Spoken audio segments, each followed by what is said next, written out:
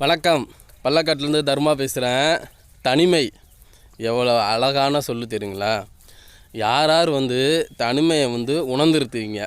தனிமையினால் நமக்கு நன்மையா கெட்டதா அப்படின்னு நான் உங்கள்ட்ட கேள்வி கேட்குறேன். அதுக்கு எனக்கு கமெண்டில் பதில் சொல்லுங்கள். என்னன்னா, தனிமையில் நிறைய பேர்த்து இருக்கிறதுக்கு நிறைய பேர்த்துக்கு பிடிக்கும் தனிமையில் இருக்கலான்ட்டு. ஆனால் யார் நிறைய பேர் தனிமையில் நம்ம இருக்கமோ அப்போ தான் நம்ம மூளை தவறான செயலை நோக்கி நம்ம போவோம். தனிமையில் அந்த வாடுறாங்களே நிறைய பேர், அவங்கள்ட்ட கேட்டால் தெரியும். நான் என் நண்பர்கிட்ட ஒருத்தர்கிட்ட கேட்டேன். அவர்கிட்ட அப்பா அம்மா கிடையாது, யாருமே கிடையாது, அவர் மட்டும் தான் இருக்கார். அவர் என்ன சொல்கிறாருன்னா, என்னால் தனிமையில் இருக்க முடியல மச்சான், சொந்த பந்தங்களோடு இருக்கிறது தான்.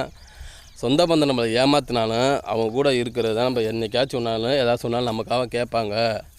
தனிமையில் இருக்கிறது அவ்வளோ கஷ்டம். நான் எவ்வளோ தான் சம்பாதிச்சாலும் நான் யாருக்கு செலவு பண்ண போகிறேன்? எனக்காக நானே பண்ணிக்கிட்டு நான் என்ன பண்ண போகிறேன் அப்படிங்கிறாரு.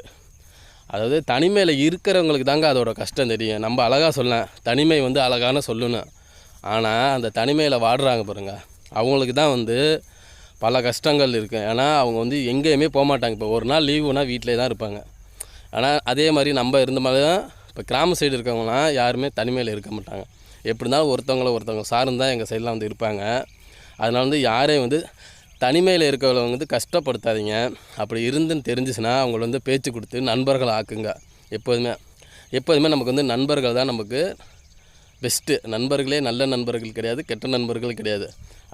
அது மாதிரி தனிமையை உணராதீங்க யாருமே. தனிமையை உணர்ந்தால் தான் நம்ம பல கஷ்டங்களை அனுபவிப்போம். அதனால் எப்போதுமே மனசாட்சின்னு நமக்கு ஒன்று இருக்குல்ல, அது நம்ம கூட இருக்குன்னு நினச்சிட்டு வாழுங்க. சந்தோஷமாக வாழலாம். வணக்கம்.